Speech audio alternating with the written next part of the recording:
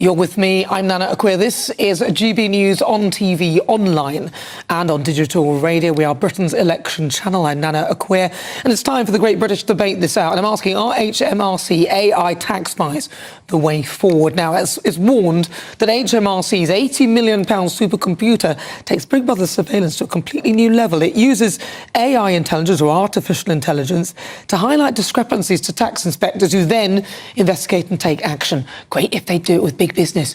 If used successfully, it could create billions of extra pounds for the taxman. So, for the Great British Debate this out, I'm asking, if this has turned on us, are HMRC AI tax spies the way forward? Well, joining me now is the director and co-founder at Regionally, Justin Urquhart-Stewart, and also former advisor to the Bank of England and HM Treasury, Dr. Roger Gewald, and also political commentator Anna McGovern.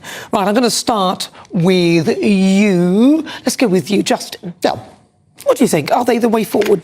I think any large operation that decides that's going to come out with a nice big new computer with AI and it's going to be flashy and new and be able to solve everything, you know it's not going to work. It doesn't happen like that. They're actually doing it the wrong way around. We have a very, very complicated tax system. What you should be doing is just simplify the tax system and then have the system to actually apply to that, rather than necessarily trying to have a system now which is going to cater for today's taxation, and it's constantly going to change and adjust. Much better to actually go down to actually reduce the tax system. You go to Tolley's tax guide, which is a thing that accountant takes to bed every night for some form of excitement, has doubled the number of pages over the past 20 years, and where in fact actually we should be trying to make life a lot simpler. So I'm quite right, the government should be trying to make sure they're getting the fair amount of tax out of everybody, but equally, of course, my confidence in large computer systems working effectively run by anything which has got anything to do with the government is close to zero. You see, I worry that it could be like the lie detector.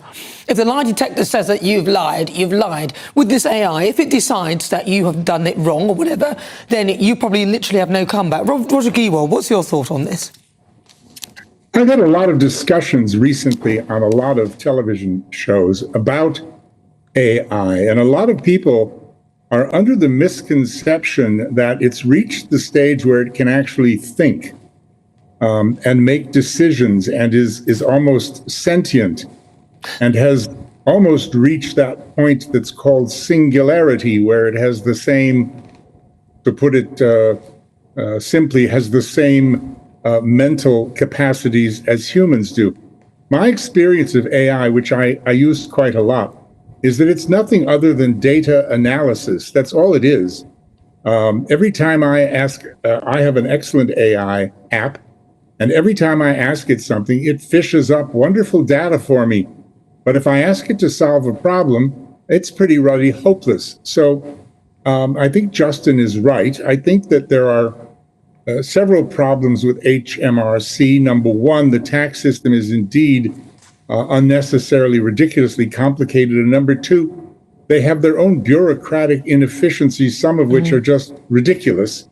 And to expect that a data analysis program is going to solve that, very much like the police saying they're going to start not sending officers, but have AI attend crimes. I mean, it's just a joke. And when Rishi sold that, I said he's so interested in artificial intelligence because he's got so little of the real stuff around him.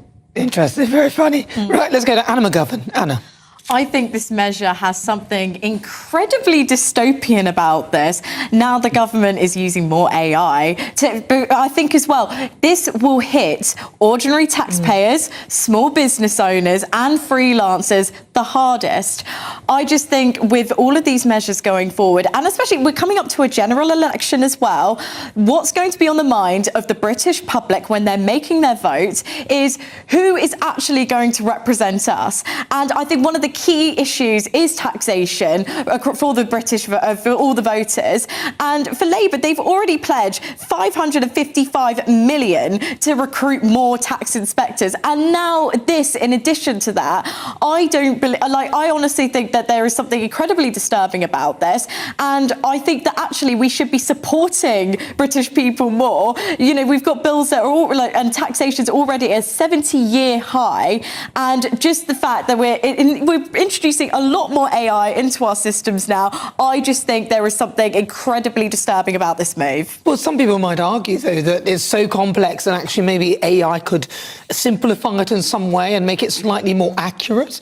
I mean, this is probably what they're trying to do. Roger, you're shaking your head. AI is not going to simplify it because it can't think up new solutions. All it can do is move data around and give you some suggestions. This is going to be the horizon, especially run by these politicians and people in whom nobody has any confidence at the moment, and nobody wants to go bother voting. They just want this whole circus over as soon as possible. This is going to be the Horizon post office system on steroids. Justin, you're nodding your head, yes? Horizon was going through my mind as well. You just sit there and they're going to say, well, that's what the computer says. Look, heavens fend. Most people in this system have trouble spelling AI.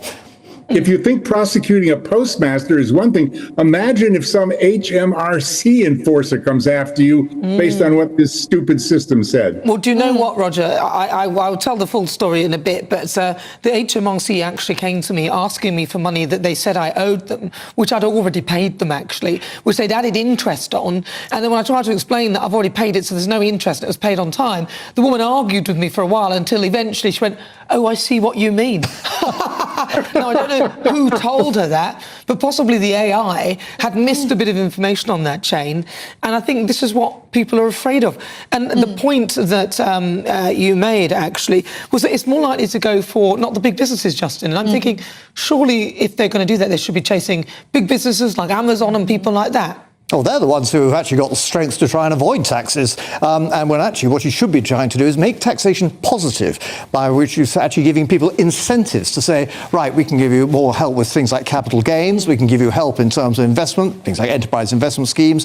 So actually it becomes a positive to have. I suppose the general view is, and unfortunately this is what happens in most cases with taxation, it's how much can we get out of people?